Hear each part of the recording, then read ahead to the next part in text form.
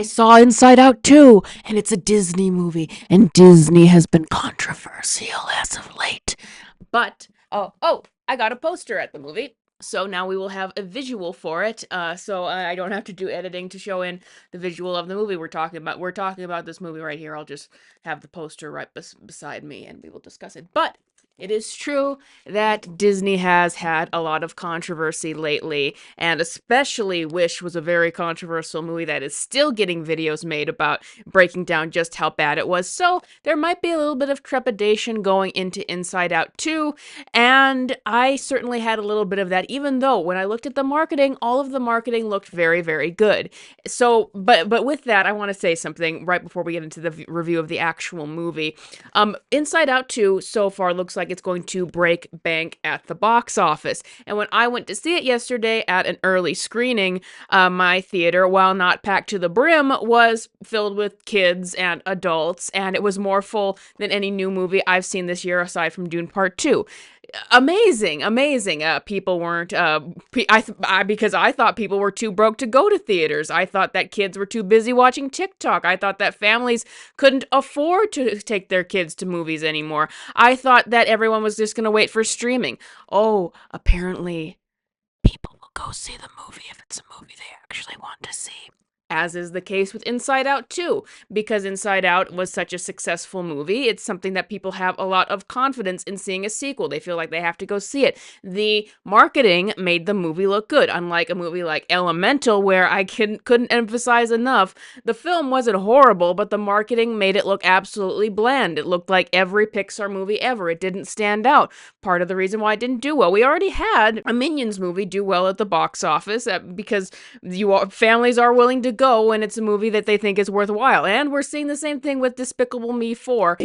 One second you're like, movie theaters are dead. The next minute you're like walking back, wait a minute, maybe it's still alive. You just have to get things in the theater that people actually want to see.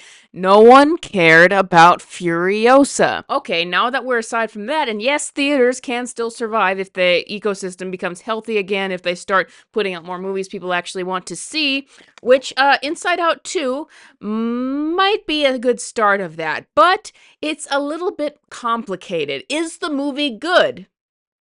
Yes. Is the movie a perfect masterpiece on par with other things that Pixar has done, like Ratatouille or The Incredibles or Toy Story? No. Inside Out 2 is a good sequel. It's not on the same level as some of the other amazing movies that Pixar has made, but is it definitely better than things like Elemental and Wish? Oh, by a mile it is. So just to recap a little bit, I think that Pixar has a little bit life in it in terms of all of the departments of Disney, Marvel, Star Wars, Disney Animation, Disney live action, not doing well. I think that Pixar still has a little life in it because I didn't really care for Soul, but I didn't think it was terrible either. I liked Luca, did not care for Turning Red apart from the animation, and then, Lightyear I haven't seen. I've just heard that it's a disaster. I had no interest in Lightyear, and it was a disaster at the box office, rightfully so. It basically turned out as bad as I expected it to, but Inside Out 2 looked a lot better with the marketing once again. I think that is why people are being drawn in, because it actually looks like a good sequel to the first one. I am not big on the first Inside Out, however. I think it's a good movie, but I just didn't personally connect with it as much, and I think part of that problem might be that I felt a little bit less connected to the characters, because I'm like, are all the humans just people who are essentially having other people in their heads controlling them? Are they not actual people with personalities? They're just controlled by these other little people in their heads? Well, this movie, Inside Out 2, actually addresses some of that by the end, and I don't want to get into too many spoilers. There are only going to be light spoilers in this video, because this is an actual good movie that I would say is worthwhile to watch, and so I don't want to spoil too much of it. But I think that a part of the theme of Inside Out 2 is about having control of your emotions and being your own person, rather than letting your emotions control you. There is a lot of exploration in this movie about how your emotions affect you and what they're really there for and how complicated they are. And it's very simple stuff that I think is very universal, but it's also thoughtful. A movie about thoughts is very thoughtful. It builds on the concepts of the first movie and it expands upon them, basically how the inner workings of a person's mind works. And it's all basically informed on the stage of life that Riley is in, just turning 13 and dealing with puberty and getting pangs of anxiety, having her emotions go out of control. Once again, tying into the theme of not letting your emotions control you. And so it was overall very good. I felt a lot, I really related to it as someone who myself, believe it or not, once upon a time, I was a 13-year-old going through these emotions and, overly obsessing about what other people thought. I still kind of do. Never mind about that. But anyway, needing to impress people, overly concerned about what other people think, feeling to need to change yourself in order to appease people. So it's lots of universal emotions in this movie, and I think that that's why a lot of people are going to relate to this.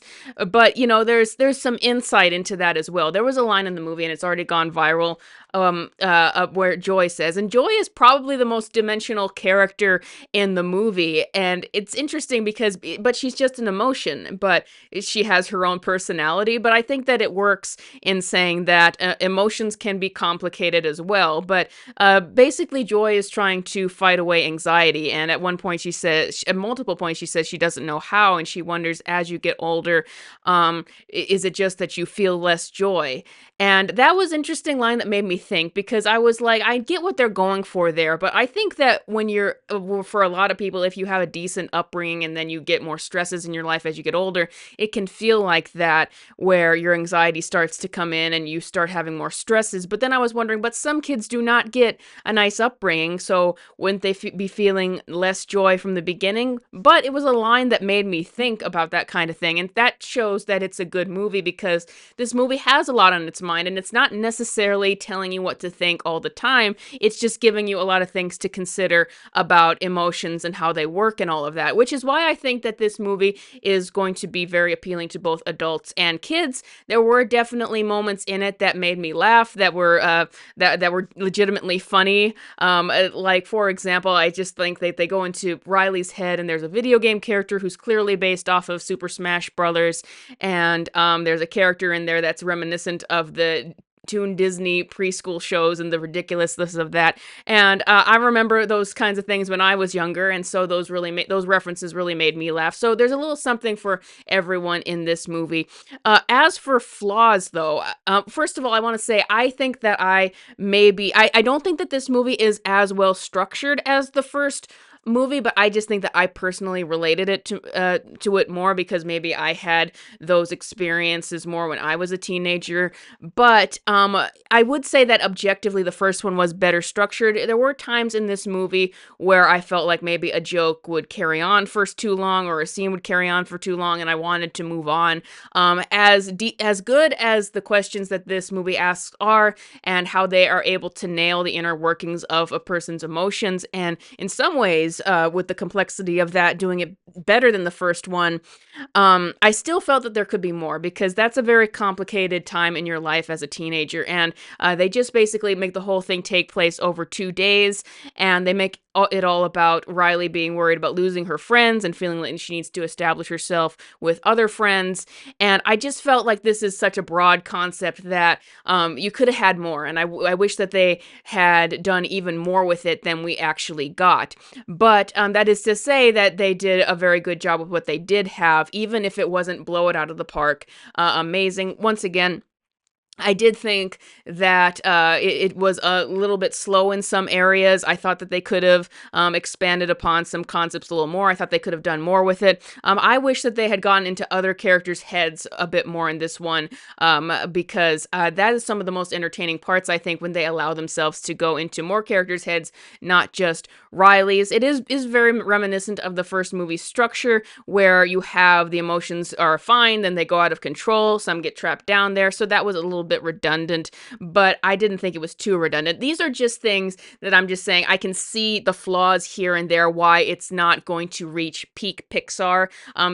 There were some tearjerker moments by the end that I really enjoyed, and that is traditional Pixar fashion, but I don't think that the movie overall as a watch reaches peak Pixar, but it is still a good movie. And what I want to say I also appreciated about it is I was a little bit worried when they said that they were going to do a movie about puberty and all of that, because I thought that Turning Red, for example, another Pixar movie about that, took it a little too far for a movie that is still to be watched by 3-year-olds. Yeah, I don't think 3-year-olds need to see a scene of a girl going horny crazy for a boy drawing fan art of him or anything. But there's none of that in this movie. They keep it G, which I really appreciated, because I'm like, you made it so it's good for adults, but it's also G level so that kids can understand it too and that they can enjoy it. So it's overall a crowd-pleasing movie, and it's not as good as some of the best Pixar movies out there. It's not at that peak, but it expands upon the concepts of the first movie, and it keeps everything together. It keeps